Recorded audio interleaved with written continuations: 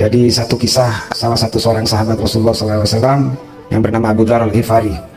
Beliau itu punya nama aslinya, nama bekennya Abu Jundub, dan beliau itu seorang merampok kafilah-kafilah yang sedang berjalan. Ketika beliau mendengar datangnya seorang Rasul dan turunnya wahyu, langsung beliau cepat-cepat merapat ke Rasulullah dan menyampaikan kepada Rasulullah, "Ya Rasul, anak siap masuk Islam, tapi anak nggak bisa berhenti kerja karena kerjaan masih jadi perampok."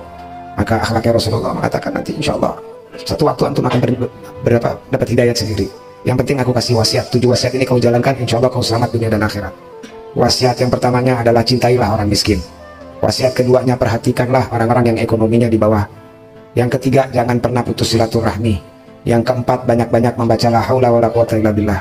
Yang kelima, katakan kebenaran walaupun pahit ke dalam dan pahit keluar.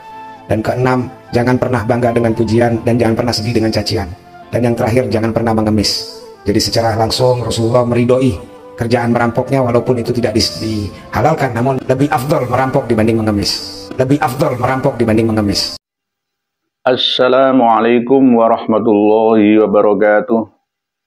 Bismillahirrahmanirrahim. Alhamdulillahirabbil alamin wa bihi nasta'in ala umurid dunya waddin. Wassalatu wassalamu ala asyrafil anbiya'i wa imamil mursalin Sayyidina Maulana Muhammadin wa ala alihi wa sahbihi ajma'in, amma ba'd.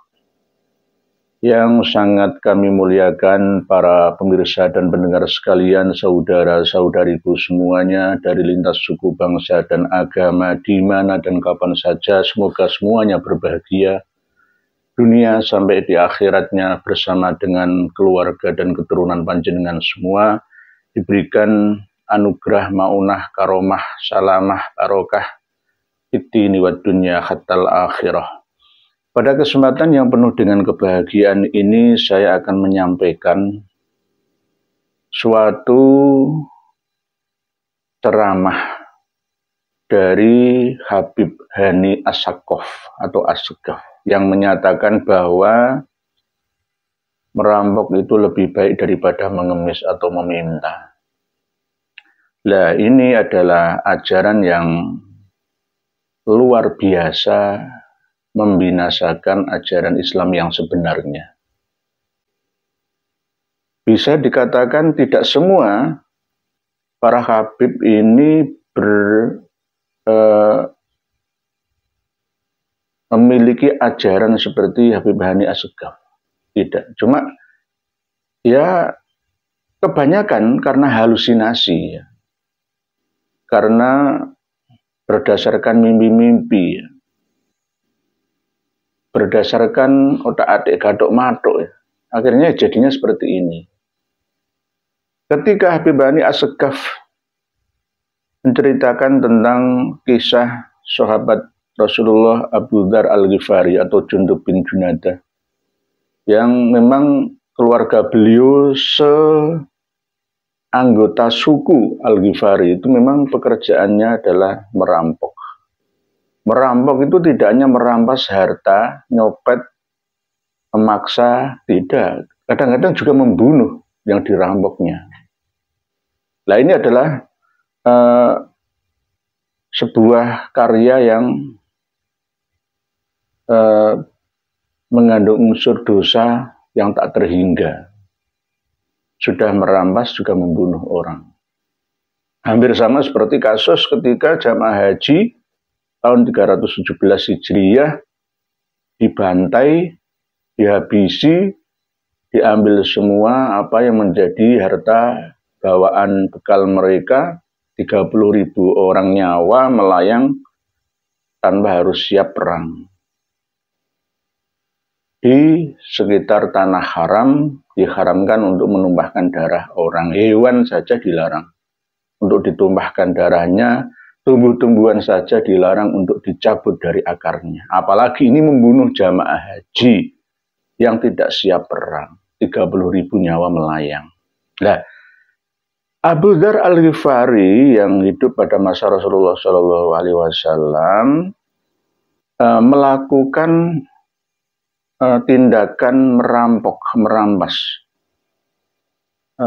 Itu sudah menjadi pekerjaan. Sama seperti perompak Somalia ya, atau geng mafia. Itu sudah terbiasa di kalangan marga atau suku Al-Ghifari. Tetapi setelah Abu Dzar Al-Ghifari ini mendengar kabar tentang diutusnya seorang nabi dan rasul, yaitu Rasulullah SAW, beliau tertarik dengan ajaran Nabi Muhammad SAW, lalu menyatakan diri untuk masuk Islam dan menyesali atas segala perbuatan masa lalunya.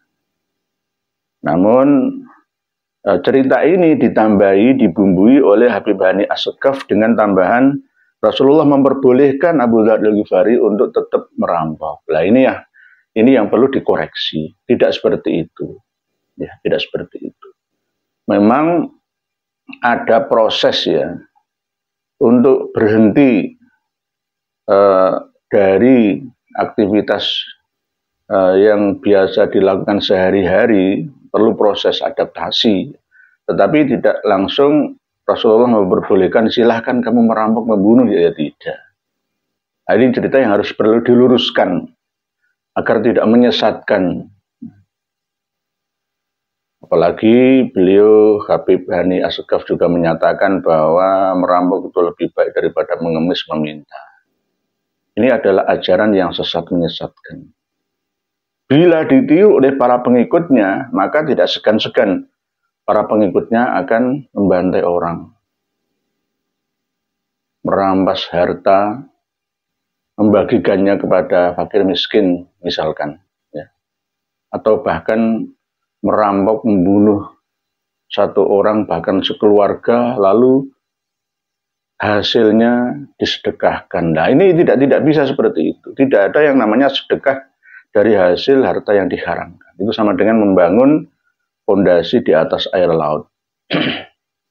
Ya tidak akan bisa berhasil menjadi sebuah bangunan.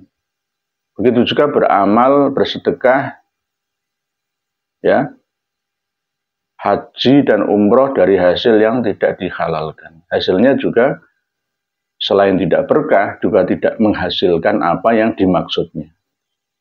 Jadi keliru besar bahwa merampok lebih baik daripada mengemis. Ya lebih baik mengemis daripada merampok. Karena mengemis itu minta-minta. Walaupun sebenarnya mengemis itu bisa makruh, ya, bisa makruh tahrim tergantung situasi dan kondisi. Tetapi merampok jelas tidak ada hukum makruhnya, jelas haramnya. Tidak ada ikhtilaf dalam masalah ini. Karena merampok walaupun seperti Robin Hood, seperti Lokajaya misalkan, tetap disalahkan, tidak diperbolehkan. Ini yang perlu kita pahami dan mengerti bersama, bahwa memang ajaran para habib itu perlu diluruskan. Perlu dijelaskan lagi kepada umat agar umat tidak semakin tersesat. Di saat kita menghadapi abad 21 yang penuh dengan tantangan ini, ajaran-ajaran para Habib Alawi ini menjadi benalu, beban kita untuk bisa maju. Alias gondeli, njerimpeti, ncerekali. Yang akhirnya umat ini akan tertinggal jauh dari peradaban persaingan hidup manusia di muka bumi ini. Sebagai bangsa yang merdeka di Indonesia ini, selain merawat kebinekaan yang ada di Indonesia ini, juga mengajak seluruh elemen bangsa untuk bersatu padu dalam kemajuan bangsa. Cerdas dalam spiritual dan intelektualnya. Harusnya begitu.